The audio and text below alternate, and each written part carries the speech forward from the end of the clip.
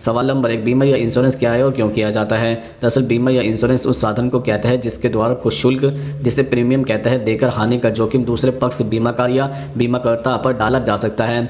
जिस पक्ष का जोखिम बीमाकार पर डाला जाता है उसे बीमाकृत कहते हैं। चाहे आप सिंगल हो या शादीशुदा, अगर आपके परिवार के लोग आपकी इनकम पर निर्भर हैं तो आपको इंश्योरेंस पॉलिसी के लिए अप्लाई करना चाहिए। अगर कभी ऐसा वक्त आ गया जब थोड़े समय के लिए ही सही लेकिन आपकी इनकम बंद हो गई तो आपका परिवार कैसे गुजारा करेगा? ऐसे में लाइफ इंश्योरेंस पॉलिसी काम आ सकती है। सवाल नंबर 2, ऑटोमोबाइल बीमा क्या है और कैसे होता है? दरअसल सभी मोटर वाहन का बीमा कराना पड़ता है। मोटर वाहन बीमा वाहन अथवा इसके एसेसरीज को पहुंचने वाली किसी भी प्रकार की क्षति या किसी भी प्रकार के नुकसान के विरुद्ध सुरक्षा प्रदान करता है। क्षति या नुकसान किसी प्राकृतिक आपदा जैसे आग, बाढ़ अथवा गैर कानूनी आपदा जैसे चोरी और दंगा के कारण भी हो सकता है।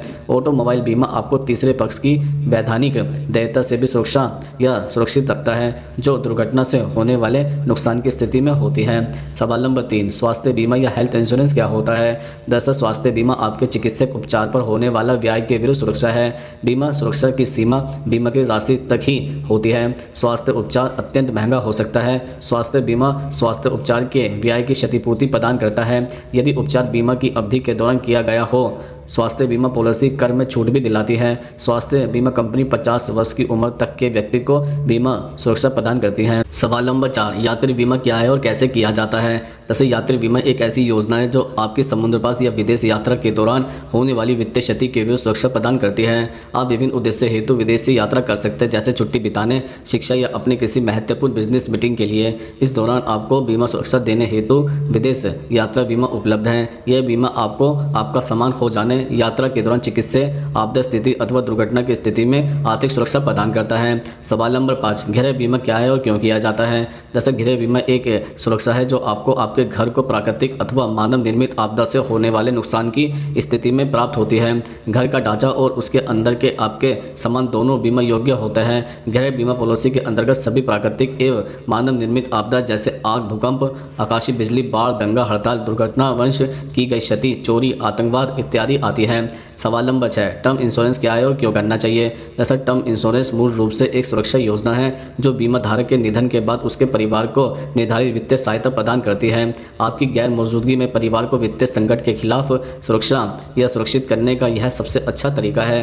टर्म इंश्योरेंस एक प्रकार से लाइफ इंश्योरेंस है जिसमें छोटे प्रीमियम के साथ आप एक बड़ी इंश्योरेंस राशि प्राप्त कर सकते हैं। टर्म इंश्योरेंस पॉलिसी आपकी अनुपस्थिति में कठिन समय के दौरान आपके परिवार को स्वतंत्र जीवन जीने में सहायता करती है। यह इंश्योरेंस पॉलिसी मृत्यु के अलावा कुछ अतिरिक्त प्रीमियम पर बीमारी और विकलांगता के जोखिम को भी कवर कर सकती है। सवाल नंबर 7, बिजनेस बीमा क्या है और कैसे करते हैं? जैसे कमर्शियल बीमा या बिजनेस बीमा एक प्रकार का बीमा होता है जो कि किसी भी व्यवसाय से संबंधित जोखिमों को सुरक्षा या कवर प्रदान करता है।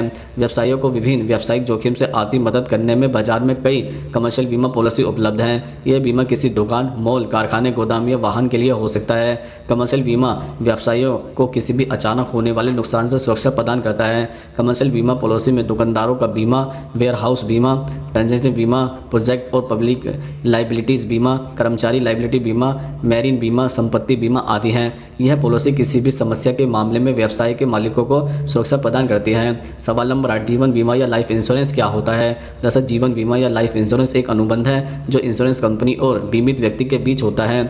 इसके अनुसार अगर बीमित व्यक्ति के साथ किसी प्रकार की दुर्घटना होती है जिसमें उसकी मृत्यु हो जाती है तो बीमा कंपनी उसके नामित परिवार के सदस्य व्यक्ति को एक सुनिश्चित राशि का भुगतान करती है। सवाल नंबर 9, इंश्योरेंस देते समय एजेंट क्या क्या झूठ बोलता है? दरअसल कई तरह के झूठ बोल सकते हैं, जैसे कि झूठ नंबर 1, जीवन बीमा एक लंबी अवधि की प्रतिबद्धता है जिसके साथ लंबे समय के फायदे जुड़े होते हैं। अगर कोई आपसे कहता है कि यह एक छोटी अवधि की बीमा योजना है या जल्दी पैसा कमाने का तरीका है तो आप समझ लें कि यह धोखे देने वाली की कोशिश है। किसी भी देश और कंपनी के लिए 18 से 20% की दर पर विकास करना लगभग असंभव ही होता है। झूठ नंबर 2, बस इस दस्तावेज पर हस्ताक्षर कर दें, मैं आपका फॉर्म बाद में भर दूंगा। दरअसल बिना पढ़े ही फॉर्म पर हस्ताक्षर करके किसी बीमा सलाहकार को देना एक खाली चेक जैसा होता है। अगर सलाह देने वाला व्यक्ति आपको विवरण पढ़ने में होने वाली परेशानी से बचाने के लिए लगातार आग्रह कर रहा है तो सावधान हो जाइए। झूठ नंबर 3, यह पॉलिसी खास है और सबके लिए उपलब्ध नहीं है। दरअसल सभी बीमा पॉलिसियां सभी लोगों के लिए उपलब्ध जोखिम आकलन फैसलों के अधीन होती है। बाजार में कोई विशेष पॉलिसी नहीं होती है हैं, इसलिए यदि आपको बताया जा रहा है कि एक खास पॉलिसी सिर्फ आपको दी जा रही है तो इसे तुरंत सच मानने की गलती ना करें। झूठ नंबर 4, मैंने आपके लिए हिसाब लगा लिया है। दरअसल बीमा कंपनी के पास एडवर्टाइजमेंट या यूलिप पॉलिसी से मिलने वाले अपेक्षित रिटर्न के दर्शाने के लिए एक मानक चित्रण मौजूद होता है। अगर आपका एजेंट आपको हाथ से लिखा या लिफाफे के पीछे लिखा गया हिसाब दिखाता है तो उसे इस विवरण का आधिकारिक चित्रण देने के लिए कहें। झूठ नंबर 5, निवेश के लिए यह आखिरी सप्ताह है। दरअसल पॉलिसी बंद होने से पहले ही डेट सार्वजनिक हो जाती है। यह बीमा एजेंटों का वो झूठ है जो ज़्यादातर लोगों पर अपना काम कर जाता है। चाहे लोग पढ़े लिखे हो या अनपढ़, स्त्री हो या पुरुष, सभी इस चिंता में आकर कि इतनी बढ़िया स्कीम फिर नहीं मिलेगी पॉलिसी खरीद लेता है, जबकि नियमित क्लोजिंग डेट हमेशा बताई जाती है। झूठ नंबर 6, मेडिकल टेस्ट नहीं कराने होंगे। ऐसी पॉलिसी में जोखिम कवर बहुत कम होता है। पहले तो आपको कहा जाएगा कि आप पूरी तरह से ठीक है, लेकिन अगर भविष्य में आपको कुछ हो जाता है, मृत्यु तो पूरी छानबीन होती है। आपके नॉमिनी को बता दिया जाएगा कि कोई बीमारी थी तो आपके नॉमिनी को क्लेम नहीं मिलेगा। सवाल number 10, first party, second party और थर्ड पार्टी इंश्योरेंस क्या होता है। दरअसल first party insurance zero depth के साथ कराया जा सकता है, जिसमें सारी चीज़ें कवर होती हैं, जैसे आपकी गाड़ी की टूट फूट, आपकी शारीरिक क्षति, सामने वाले जिससे आपकी गाड़ी टकराई है उसकी गाड़ी की टूट फूट से लेकर उसकी इंजरी तक सारी चीज़ें इस इंश्योरेंस पॉलिसी में आपको कंपनी की तरफ से मिलती हैं। यहाँ तक कि इस इंश्योरेंस के तहत गाड़ी चोरी हो जाने पर या बुरी तरह डैमेज हो जाने पर भी आपको कंपनी से क्लेम मिल जाता है। जीरो डेप्थ वाले इंश्योरेंस में आप साल में 2 बार क्लेम ले सकते हैं। इसके अतिरिक्त कार का इंश्योरेंस करने वाली कंपनियों को सेकंड पार्टी कहा जाता है। इसके अलावा थर्ड पार्टी इंश्योरेंस वह होता है जिसमें आपके द्वारा हुई किसी दुर्घटना का क्लेम आपको नहीं मिलता बल्कि सामने वाले को मिलता है। मान लीजिए आपकी बाइक या कार किसी दूसरी बाइक या कार से टकराती है तो दुर्घटना में हुए नुकसान की भरपाई आपकी इंश्योरेंस कंपनी सामने वाले को देती है।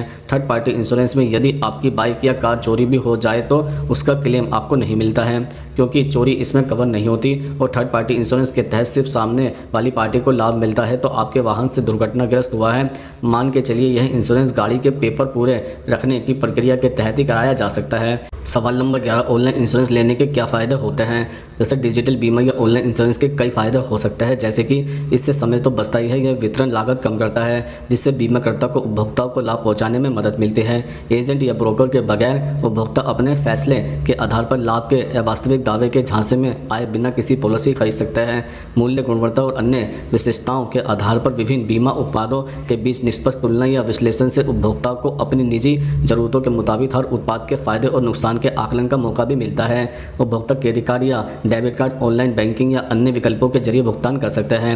सवाल नंबर 12, LIC कितने प्रतिशत ब्याज पर लोन देता है। जैसे जीवन बीमा निगम LIC भारत की सबसे बड़ी बीमा कंपनी है और विभिन्न बीमा योजनाओं के अलावा यह अपने पॉलिसी धारक को उनकी बीमा योजनाओं के बदले पर्सनल लोन भी देता है।